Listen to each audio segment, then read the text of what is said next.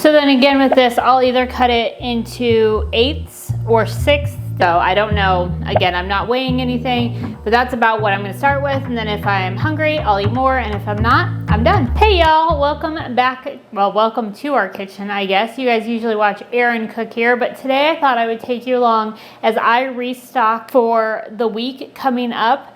I am, let's go with blessed to be able to eat the same thing repetitively and not really get tired of it. So there's a couple things I keep on hand so that I always have the opportunity and the ability to make good choices when it comes to the foods that I'm eating.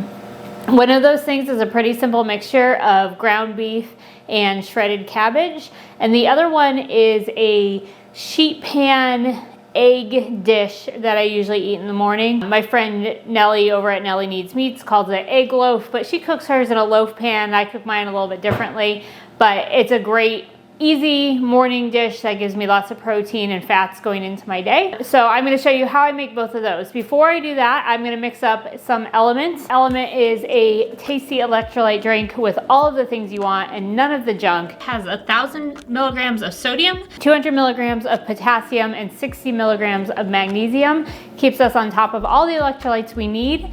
These ones are, this is a grapefruit one. I'm gonna drink it cold. And then they also have a chocolate medley out now that's really delicious hot. If you go to our link, it's drinkelement.com/Kilby, drinklmnt.com/Kilby. You can get a free sample pack with any order. It gives you a great opportunity to try a ton of new flavors. So I'm gonna mix this up real quick and then we will get to cooking. All right, I'm gonna start with ground beef and cabbage. Typically what I will do is about 5 pounds of ground beef and 2 heads of cabbage. This is a 10-pound roll that we got at Sam's Club last week. So I'm gonna just cut that in half and get half of it started in my pan. So I'm just gonna take this and stick it directly into the pan. And yes, I know the pan should probably be hot before I put stuff in and all of the things. I don't cook according to rules. I'm just not good with that stuff. It'll get cooked, I promise. So I'm gonna just break it up a little bit before it gets going so they're a little bit smaller chunks. And then I'm gonna kind of just ignore it for a while I get working on the other stuff. All right, maybe back over here. Erin has makes this whole like cooking and talking thing look really easy. Not as easy as it looks. All right, next I'm gonna take a sheet pan. And again, typically I buy 2 heads of cabbage. But because we were at Sam's, Erin grabbed these coleslaw mixes for me. It's green cabbage, red cabbage, and it has some shredded carrots in it. So I'm gonna throw it on this sheet pan that he actually used to cook bacon on earlier. So it already has a little bit of grease on it, which is delightful. If I do heads of cabbage, I like to get 1 red and 1 green just for color, so it looks pretty. And then I will cut them in quarters and slice them as thin as I can get them because I don't want to have soggy, gross cabbage. I want it to get kind of crispy on the edges. And this is actually a lot of cabbage. That's okay, I'm gonna cook it all anyway. So probably 1 bag is plenty, but I'm gonna go ahead and cook both because I have them. Let me get out 1 more tray. And it usually takes me 2 trays when I do 2 heads just so that there's plenty of exposed cabbage area. Then I will either put bacon grease down on the bottom or just put some chunks of tallow on top before I put it in the oven so it has some grease that kind of melts down and helps crisp it up and just create that cook and that flavor that gets into it as well. I'm making a mess, that's okay. All right, so I'm gonna take both of these and just sprinkle them with some salt. And I feel like this is one of those dishes that I put a ton of salt on it and then I salt it again before I eat it, because it just needs a lot of salt. My oven is already at 400 degrees, so I'm gonna go ahead and throw both of these trays in and just kind of let them work and do their thing. And just check on them occasionally to make sure you're not getting burnt, but we're just getting nice crispy bits around the edges. Okay, I'm gonna start it at about 15 minutes. And then we'll check in on our beef. I never salted this, so we'll add some salt here. And again, I feel like it looks like I'm adding a ton of salt, but I find that really no matter how much I add, it always needs more later. We will let that keep going. The second dish that I'm gonna work on is an egg dish. It is 16 eggs, a block of cream cheese, which is 8 ounces. And then I usually throw some vanilla extract in it just to kind of give it that, almost like a French toast flavor. And so I mix all of those things together, just blend it up and put it on a sheet tray and bake it. And then in the mornings, I'll cut a chunk of it, usually a 1/6 to about 1/4 of it depending on how hungry I am, and put some butter in a pan and just cook it on the butter so it kind of fries it a little bit on the sides, and then I'll sprinkle it with some cinnamon, and then I'm good to go for the day. And it's just one of those things that's really easy to have on hand. It's easy to prepare in advance, and then it gives me something to just quick heat up and go, so I'm not trying to create something on top of cooking everybody else's breakfast and all of the things. So let me show you what I'm gonna do over here. Okay, so I am just gonna start cracking eggs into this bowl, maybe if I can get the package open. And I'm gonna use all but 2 of these. I'm gonna stick these over here in the fridge somewhere. You know, my kids eat eggs almost every day for breakfast, and they usually have scrambled eggs or egg burritos, and they can have cheese if they want it on them. But I have never really cared for scrambled eggs, and really almost any way of cooking them, including frying them. I don't like soft eggs at all. So this is one of those things that I found is a nice compromise for me, where I'm getting the protein from the egg, but I'm getting it in a way that I find tolerable, and dare I say even pleasant. I feel like these eggs do not crack neatly, and so I always look like I'm just bumbling all over the place when I crack those eggs. And now I'm gonna take this cream cheese and stick in the entire block, if I can get it open. All right, we're just gonna cut it. In this dish, the cream cheese gives it a creamy creamy texture. So if you've ever done like a French toast casserole and the egg that's on the bottom, almost kind of like that, where it has the flavors of the French toast, but it doesn't actually have the bread in it. And then the cream cheese gives it a creaminess, so it's not just dry egg. And then I'm gonna take some vanilla flavoring and add probably about 2 tablespoons. And I found that while I'm cooking it, my kids will often run to the kitchen and be like, what are you making? What are you cooking? What are you heating up? Because it smells good. That's always a win. All right, I'm gonna take my immersion blender and just mix this baby together. And it doesn't have to be too crazy. I just don't want any chunks of cream cheese or egg yolks that are still together or anything like that in it. All right, I am gonna grab another sheet pan and put bacon fat on the bottom of it again. If Aaron's wondering where all the bacon grease goes, now he knows. That might be a little much. I actually don't want it like in pools of bacon grease. I just want enough to coat the pan so it doesn't stick, and just helps it cook better. So I may actually go pour a little bit of this off. And then this is just gonna go into the baking sheet. And as soon as my cabbage is done, this gets to go in next. All right, so my beef is browning. Lots of fat coming out of it. I believe that was an 80-20 mix. So really we're just looking to get that browned, not overcooked. We don't want it completely dried out. So I like to cook it until I just don't see any pink anymore and then pull it off the heat. The cabbage has been in there for 7 minutes now, and I'm starting to see some browning and crisping, which is what I want. So I am going to mix it just a little bit. And because this is so thin, because it's a bag instead of the heads of cabbage, it'll cook faster than it normally would. So I need to make sure I'm paying attention to that. And this is really just kind of figuring out, do you like the crispy bits on it? Would you prefer to have softer cabbage? Let's see, can you get in there to see that? So you can kind of see the crispiness on it already. But for all these things, just figuring out what you like takes a little bit of time, but they're really easy recipes and easy things that you can tweak. So if you like creamier eggs or you want a higher fat content, you can always do fewer eggs to higher cream cheese, like change that ratio.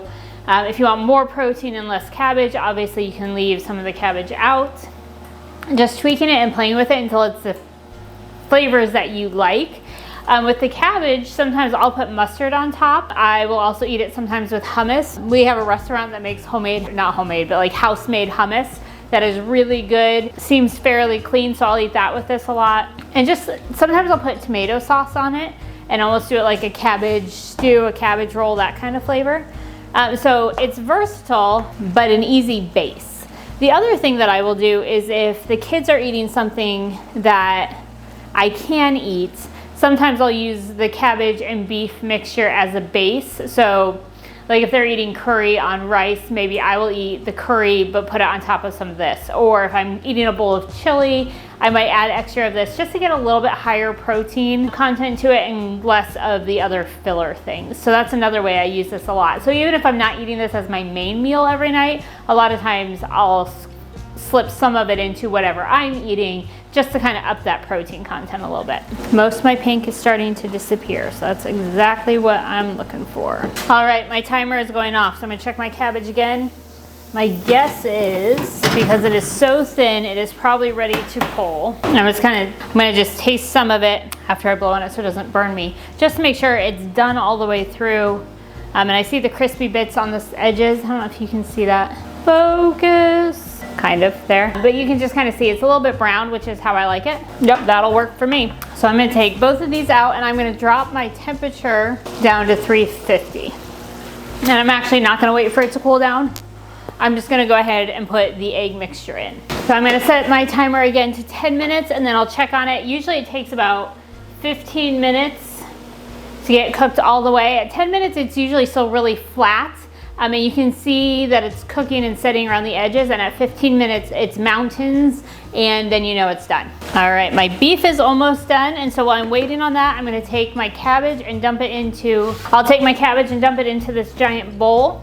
I have found that using this is the easiest way to kind of mix everything together so I don't have big pockets of meat or big pockets of cabbage. I'm realizing as I'm doing this that I should have y'all on the other side so you can actually see what I'm doing because of the way I'm holding things. All right, let's get the rest of the cabbage. Let's put that in here. Try not to throw it on the floor. And this bag back here of meat is the other 5 pounds from that tube. That'll go in the freezer probably until I'm ready for it next week. I'm just gonna take the ground beef. I have a slotted spoon and I'm gonna drain out fat and add this to my cabbage. There we go. And then I will just take this and mix it up so that it's kind of evenly blended throughout. And again, this one feels a little bit cabbage heavy. Usually I don't use quite that much, but I would rather cook it than it go bad. A little more cabbage than usual in here, but I am very much looking forward to eating this. The last time I restocked the cabbage and ground beef mixture, I remember waking up the next morning and just feeling really excited that I had something that I knew was healthy for me, that was generally guilt-free, if you will. I could eat as much as I needed to be satisfied without feeling like I was breaking any rules or not doing the diet right or whatever. I could eat as much as I needed for my body to be satisfied, and I was really thankful for that. And it's nice waking up in the morning knowing that making good food choices isn't going to be a fight and a struggle throughout the entire day. So I was really glad for that. My last step for this is going to be to get a large food safe storage container and get it in there so I can get it put away when it cools down. So I'm just going to use this. It's a 6-liter container. Usually it fills up pretty close to the top, and that'll last me for a week to a week and a half, just kind of depending on what else I'm eating and what else we have going on. Let's see if I can do this without spilling it everywhere. Again, now I don't spend a ton of time measuring out food that I'm eating. I eat until I'm satisfied. And again, with foods like this where I'm not worried about the carb counts, I'm not worried about them being off plan, I'm not worried about any of that stuff. It makes it so much easier to do because I can just eat until my body's like, all right, we're good, without spending too much time on it. Now that being said, I think I could overeat if I wanted to, so I can't go crazy, but at the same time, I haven't had a problem so far where I feel like I just can't stop eating. And it's interesting to me because some days I feel like my body just wants to eat more than other days where I feel satiated a lot faster. And so because I'm not looking to hit or not hit any numbers, it makes it easier for me to just kind of pay attention to what my body is saying and try and do that well. And the dog came in to clean up after me because I am not making it all into the bucket. Most of it though. Let's see. There we go. And then let me actually grab a plate. I'm sitting down for lunch. That's about what I'm eating.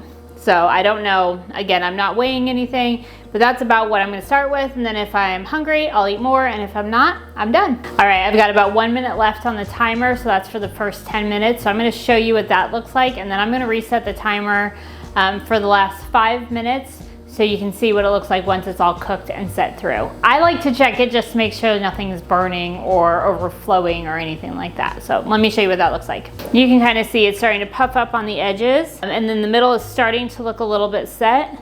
You can see around the edges that it's pretty set there as well. And so that's just kind of what we're looking for. That's about 10 minutes in, and we'll give it another 5 minutes. And while that's finishing, I'm gonna tackle my mountain of dishes.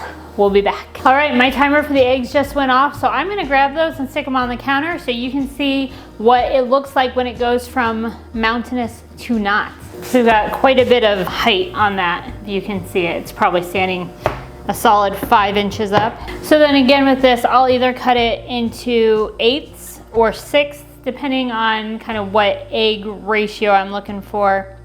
You can see some of the bacon grease poking through here. But let me just cut a chunk and show you what it looks like. The edge there, you can see how it's got just kind of a creamy texture. It's not super dried out. It's not any of those things. It's just really creamy, ready to go eggs. And of course, if you wanted creamier, you could add more cream cheese, or if you wanted less creamy, you can do more of just a straight egg. I've done eggs in a sheet pan like this before for the kids for breakfast and done just straight eggs. And then I like to take some cinnamon and sprinkle it on top and eat it just like that. So there you go. Those are 2 dishes that I try and keep on hand in my kitchen all the time for me to eat, for the kids if they want any. But they're easy, no guilt foods that I can have that are quick to heat up, so I don't have to worry about making bad decisions. I'm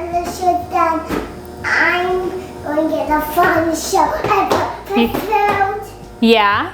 5 different people. Okay, give me 1 minute, okay? So it's just 2 things that I can have in the fridge all the time, so I have easy things to heat up. They're quick. I'm not trying to make elaborate things while the kids are running around and needing my attention or needing me to cook meals for them. So it just works out really well. And again, both of these really feel like no guilt foods to me, where I don't have to worry about the ingredients. I'm not watching carbs. I'm not overthinking too much. And especially the egg one, I can only eat so much of that before I'm gonna be like, eggs. Again, I don't love eggs, but for whatever reason, I can eat them like this. So I don't have to worry about going to extremes with these. Like maybe I would if I was eating traditional breakfast foods that were sugary and bready and all that kind of stuff. So these work really well for me. Hopefully that'll help you. I will try to make sure I put kind of basic recipes down in the description box, and of course tweak them to your liking.